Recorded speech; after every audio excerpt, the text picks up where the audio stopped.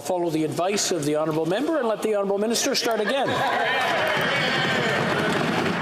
Oh my God. Thank you very much, Mr. Speaker, and I'm happy to have the opportunity to dispute, frankly, a false statement by my colleague across the aisle. I have not and will not criticize. I offer no criticism whatsoever to Superintendent Campbell, who I believe to be, based on all of the evidence, an exemplary officer, and I'm not questioning his integrity. However, Mr. Speaker, I think it's important for me to be very clear. There was no interference in this case, Mr. Speaker. There was no pressure brought to bear on the RCMP Commissioner, and in fact, the Commissioner has confirmed that there was no pressure in a statement that she issued on Tuesday. Thank you very much. Member from Grand Prairie, Mackenzie. Leah Scatterland, Director of Communications for the RCMP, said this of Commissioner Lucky. She went out and did it. It was all political pressure. That is 100% the minister and the prime minister. And we have a commissioner that doesn't push back. Mr. Speaker, that minister has said that he trusts these RCMP members. He says he stands behind the commissioner. The question is, who's not telling the truth?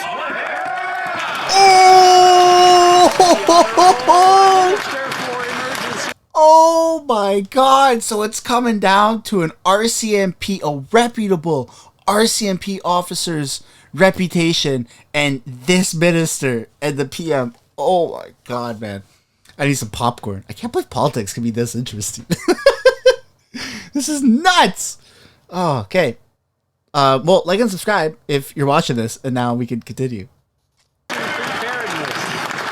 Now, Mr. Speaker, histrionics aside, I would direct the members to the Commissioner's statement from Tuesday, in which she makes very clear that there was no interference. But, Mr. Speaker, I'd remind this House that Canadians, including those who were directly impacted by this tragedy, expressed very serious concerns about how and when the RCMP shared information with the public. And in response to the concerns expressed by the victims and families in this terrible tragedy, our government specified in the order of reference to the Mass Casualty Commission that they examine the communications approach taken both during and after this event. Mr. Speaker, that commission will hear testimony under oath, and their findings will be important to provide accurate information to the families of this terrible tragedy. The honourable member for Cowichan, Malahat, Langford. Mr. Speaker, families who lost loved ones in the worst mass shooting in Canadian history want answers. The idea that a government would compromise this investigation is unacceptable.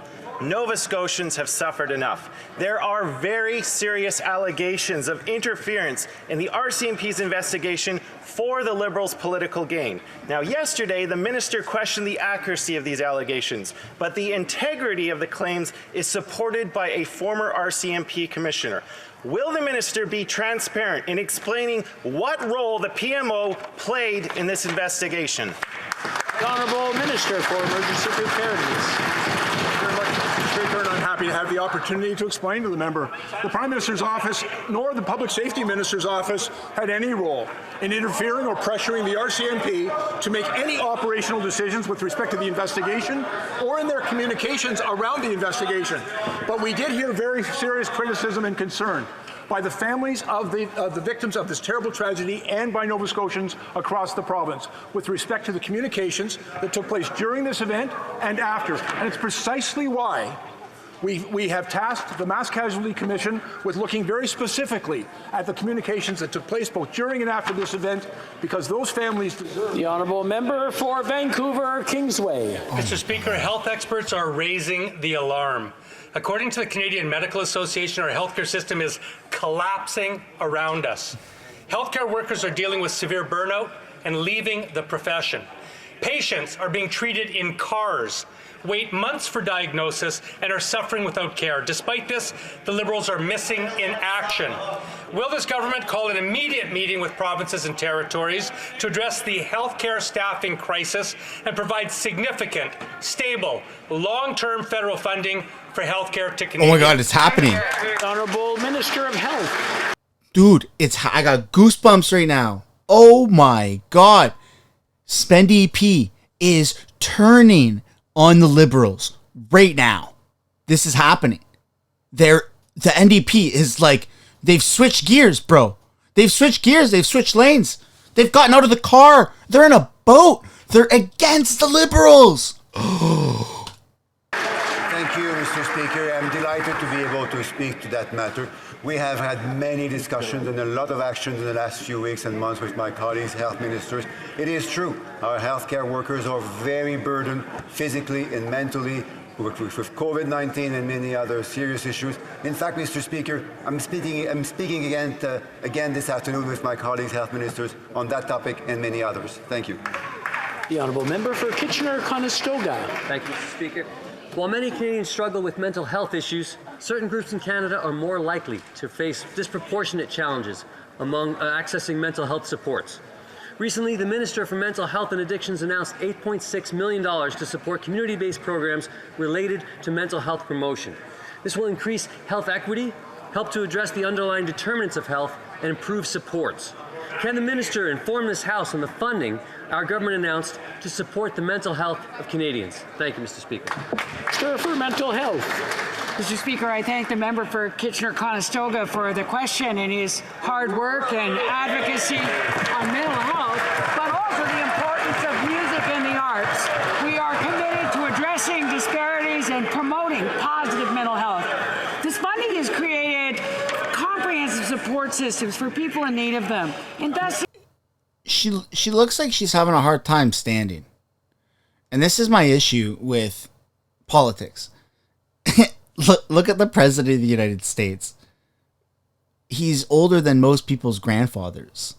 I don't think that you should have this many like really old, out of touch leaders in our political system.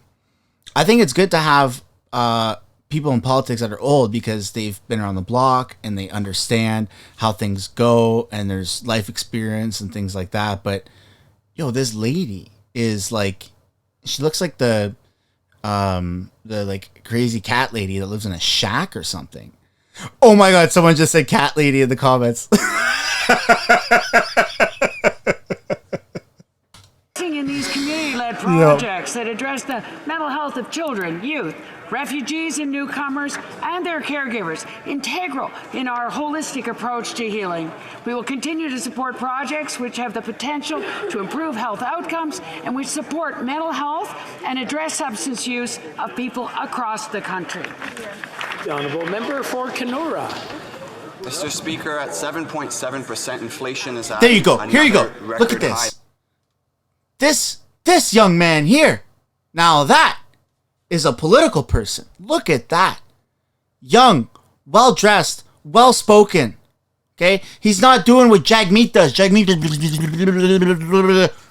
Right? This is what Jagmeet does. He gets up on stage and he's just touching his face all the time. Look at this young man. Congratulations. The price of gas this week in Dryden is $2.50. Oh, he's a conservative. $2.20 Imagine that. And over $2.30 in Red Lake and Sioux Lookout. Yet this government is the only in the G7 that is not considering a plan to provide immediate relief at the pumps. Mr. Speaker, when will this government get serious about the affordability crisis we are facing and provide a real plan to address inflation? Honourable Minister for Natural Resources. Thank you, Mr. Speaker. As I've said, Canada is focused very much on two elements of this. The first is addressing the affordability challenges facing Canadians. That is something that is critically important for all government members on this side of the House. My colleague, the Minister of Finance, went through a number of initiatives that are underway to try to address the affordability issue for Canadians. But we are also working internationally to address the energy security crisis by increasing production of oil and gas alongside our American counterparts, our Brazilian counterparts, and others to ensure that we're actually stabilizing global energy markets and bringing prices down. The honourable member for Charleswood, St. James, Assiniboia, Headingley. Mr. Speaker, this week Canadians received even more devastating news caused by this government. Inflation rose to 7.7% in May. This included a 12% rise in the price of gasoline and a 9.7% increase in the prices of groceries, all basic necessities for working families in my riding. When will this Liberal NDP government finally acknowledge that their plan to pour gasoline on the fire with their out-of-control, excessive spending is actually hurting Canadians?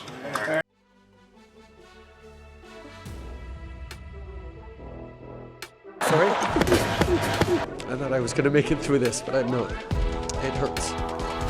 Emotional damage!